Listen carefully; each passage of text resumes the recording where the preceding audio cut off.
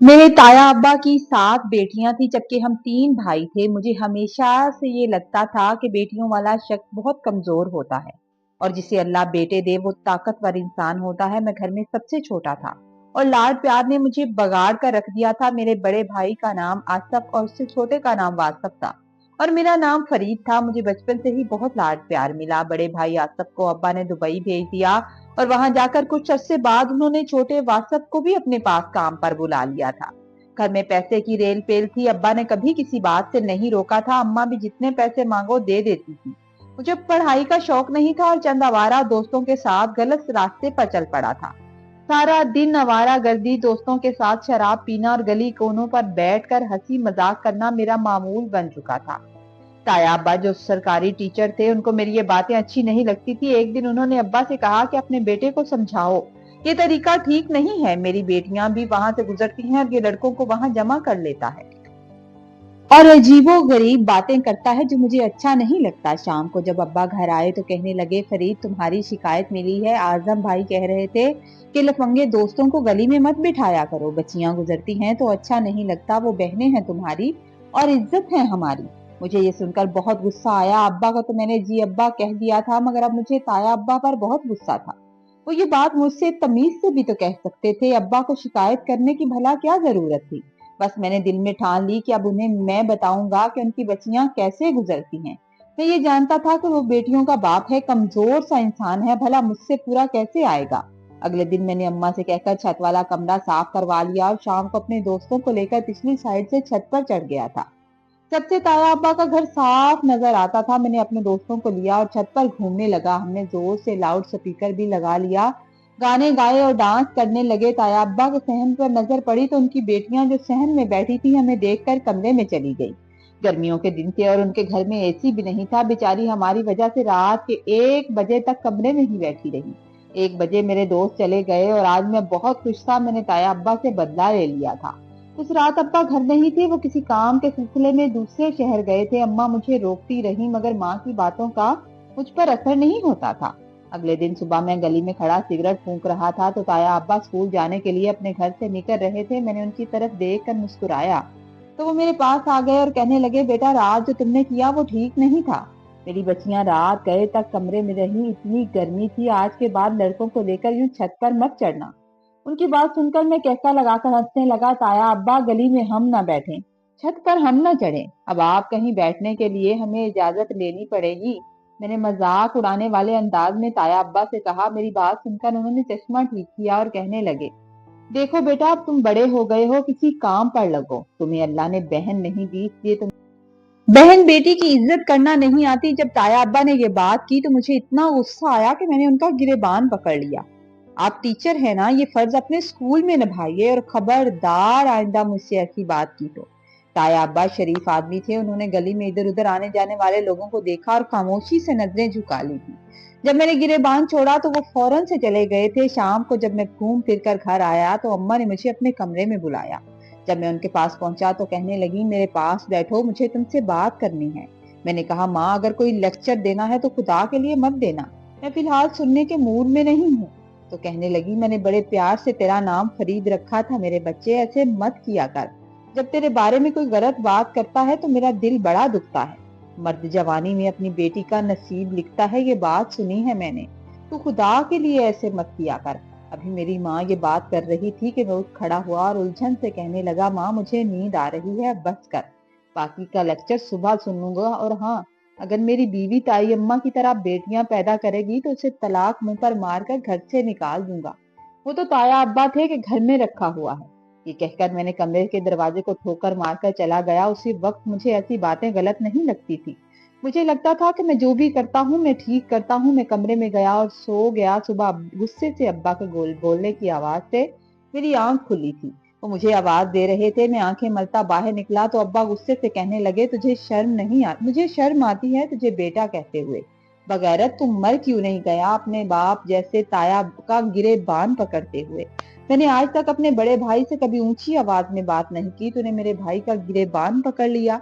मैंने अब्बा की बात सुनकर बुरा सा मुंह बनाते हुए कहा, पता था मुझे, मास्टर साहब शिकायत लेकर जरूर पहुंचेंगे।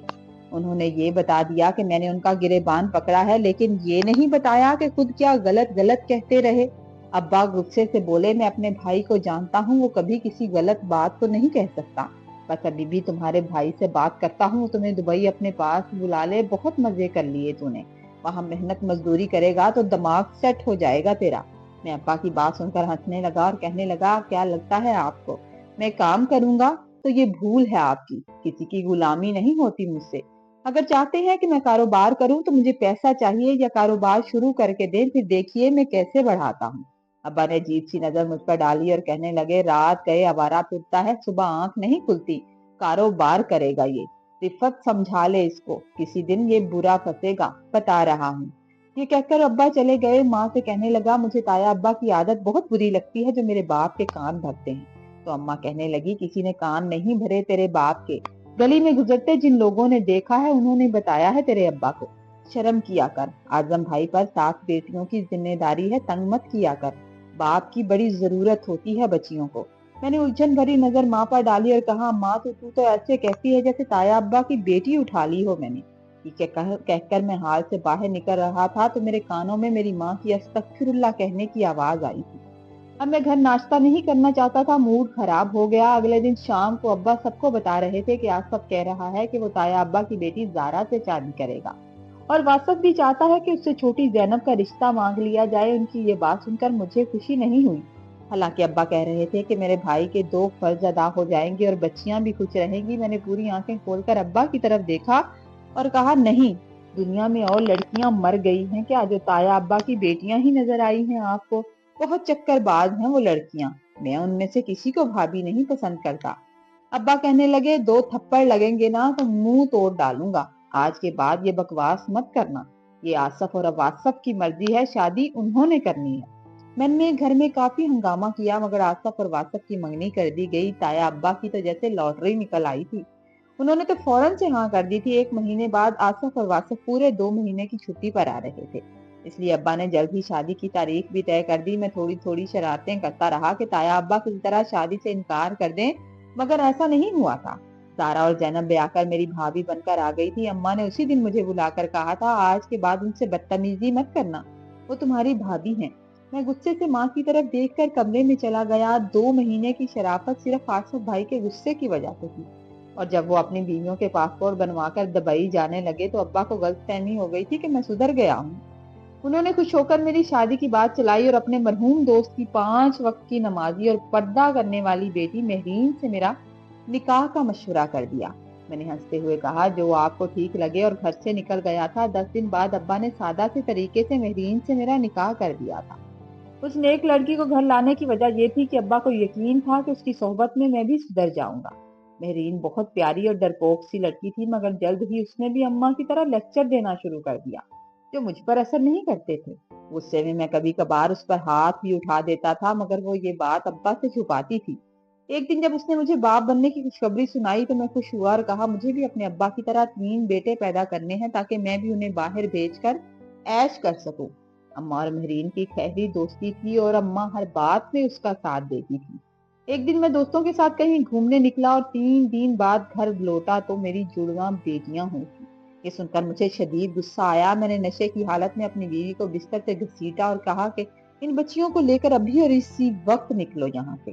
اماں اور ابا نے مجھے روکنے کی بہت کوشش کی، اماں نے بھی ہاتھ جوڑے مگر میں نے کسی کی نہیں سنی۔ میں نے اپنی بیوی کو دھکے دیے، اسے طلاق دی اور گھر سے نکال دیا تھا۔ جب ابا میرے سامنے آئے تو میں نے انہیں بھی دھکا دے دیا اور وہ دور جا گرے تھے۔ میری بیوی روتے ہوئے بچیوں کو لے کر چلی گئی اور میں نے کمرے کا دروازہ بند کر لیا۔ 8 گھنٹے کی نیند پوری کر کے جب میں اٹھا اور باہر نکلا تو گھر پر لوگوں کا ہجوم تھا۔ حال میں ایک چارپائی پر میرا باپ بے جان پڑا تھا، وہ مر چکا تھا۔ اماں نے سب سے یہی کہا تھا کہ وہ گرنے سے ان کے سر پر چوٹ لگی اور ان کا انتقال ہو گیا تھا، لیکن مجھے معلوم تھا کہ میرے دھکے کی وجہ سے میرا باپ مرا ہے۔ 2-3 دن کے بعد مجھے طلاق دی ہوئی بیوی بچیوں کا خیال آیا، مگر میں نے فوراً سوچ کو جھٹک دیا کہ وہ لوگ مجھ پر ہنسیں گے، اور فیصلہ کیا جہاں بھی گئی ہیں دفع کرو۔ 3 دن کے بعد جا کر اماں کے پاس بیٹھا تو وہ بالکل خاموش تھی۔ میں نے ماں کے پاؤں پکڑ لیے تو انہوں نے پاؤں پیچھے کر لیے اور تلخ لہجے میں کہنے لگی، تو بہت بد نصیب ہے، بیوی کو طلاق دے دی، باپ کو مار دیا، میرا سہاگ اجاڑ دیا تو نے۔ मुझे तुझसे नफरत है, मगर क्या करूं, मैं तेरी माँ हूं। मैंने तेरे भाइयों को नहीं बताया कि तूने क्या हरकत की है। अगर उन्हें पता चला कि वो तुझे एक भी पैसा नहीं देंगे और जिनके पैसों पर तू ऐश करता है ना, वो तेरी शक्ल भी देखना पसंद नहीं करेंगे। बस इतना कर सकती हूँ तेरे लिए, इससे ज्यादा की मुझसे उम्मीद मत रखना। मैं माफ नहीं कर सकती तुझे। मैं चाहती हूँ कि तेरी गलती की तुझे सजा मिले और तुझे एहसास हो। जा, चला जा। आज के बाद मेरे कमरे में मत आना। मुझे लगा कि माँ गुस्से में है और एक दिन उसका गुस्सा उतर जाएगा। तो मैं कमरे से उठकर चला आया। पूरा दिन आवारागर्दी करता रहा। रात 10 बजे के बाद जब घर आया तो भूख लग रही थी। किचन में देखा तो कहीं भी खाना नहीं था। फिर माँ के कमरे में आया तो माँ वैसी की वैसी बैठी थी जैसे मैं छोड़कर गया था। मैंने कहा, माँ मुझे भूख लगी है, कुछ खाने को दे दो। मेरी माँ ने मेरी किसी बात का जवाब नहीं दिया। मैंने एक बार फिर से कहा तो वो खामोश रही। मैंने करीब जाकर हाथ से हिलाकर बात करना चाहा तो वो एक साइड पर गिर गई। मैंने घबराकर माँ को हिलाया तो मालूम हुआ कि वो जाने कब की इस दुनिया से जा चुकी थी। माँ के मरने का मुझे बहुत दुख था। मेरे भाई आसफ और दूसरे भाई जो पाकिस्तान नहीं आ पा रहे थे, उन्होंने काफी सारा पैसा भेज दिया। मेरे बहुत से आवारागर्द दोस्त मेरे इर्द गिर्द जमा हो गए और मुझे हौसला देने लगे। मुझे लगा कि ये मेरे पक्के दोस्त हैं। माँ के बाद और भी आजाद हो गया। अब उनके साथ दिन रात आवारा फिरता, कोई पूछने वाला नहीं था मैं कहाँ होता हूँ। मेरे भाइयों को पता नहीं किसने मेरी शिकायतें की कि उन्होंने मुझे फोन करना छोड़ दिया, पैसे भेजने भी बंद कर दिए। तो मैंने दोस्तों के साथ थोड़ी थोड़ी चोरी शुरू कर दी थी। एक दिन मैं और मेरे दो दोस्त चोरी के बाद मस्जिद में घुस गए, ये सोच कर के कुछ लोग हमारे पीछे लगे थे। शायद वो लोग हमारे पीछे मस्जिद में नहीं आएंगे। हम लोग मस्जिद में छुपकर बैठ गए और मैंने देखा कि एक बुजुर्ग हमसे थोड़ी दूर बैठे वजू कर रहे थे। मेरी तरफ देखकर कहने लगे, पकड़ हो गई ना तेरी, अब तू पकड़ा जाएगा और ऐसा पकड़ा जाएगा कि कभी नहीं छूटेगा। मैंने गुस्से से उनकी तरफ देखा और कहा, ओ बाबा चुप कर, अपना काम कर, ऐसे सर ना खा। मेरी बात सुनकर वो हंसने लगा और कहने लगा, पहले जब भी तू गलती करता था तो तेरी माँ सजदे में गिरकर अल्लाह से माफी मांग लेती थी। आज तू पकड़ा जाएगा और बहुत बुरा फंसेगा। मैंने उसकी बात सुनकर सर झटक दिया था और वो वहां से चला गया था। थोड़ी देर के बाद पुलिस के हॉर्न की आवाज आई। पुलिस ने हम पर दावा बोल दिया और हमें पकड़ लिया। मुझे और मेरे दोस्तों के साथ सजा हो गई थी। काफी चोरियां हम पर साबित हो गई और 10 साल की सजा हो गई। अब मैं जेल में हूँ और अपनी सजा काट रहा हूँ। सोचता हूँ कि पता नहीं मेरी बच्चियां कहाँ होंगी। माँ का एहतराम और उनकी दुआएं औलाद के लिए अल्लाह की तरफ से एक बड़ा सहारा और हफाजती ढाल होती हैं। जब इंसान अपनी माँ का दिल दुखाता है, उनकी कदर खो देता है, तो वो दुनिया और आखिरी रहमत से भी महरूम हो जाता है। बदअमली और खुदगर्जी और गलत दोस्तों की सोबत का अंजाम हमेशा जिल्लत और कैद की सूरत में सामने आता है, जैसे कि इस बदनसीब बेटे के साथ हुआ। हमेशा वालिदैन का अदब करें और नेक राह अपनाएं। चैनल पर नए हैं तो चैनल को सब्सक्राइब कीजिए, लाइक कीजिए, शेयर कीजिए। खुश रहिए, आबाद रहिए।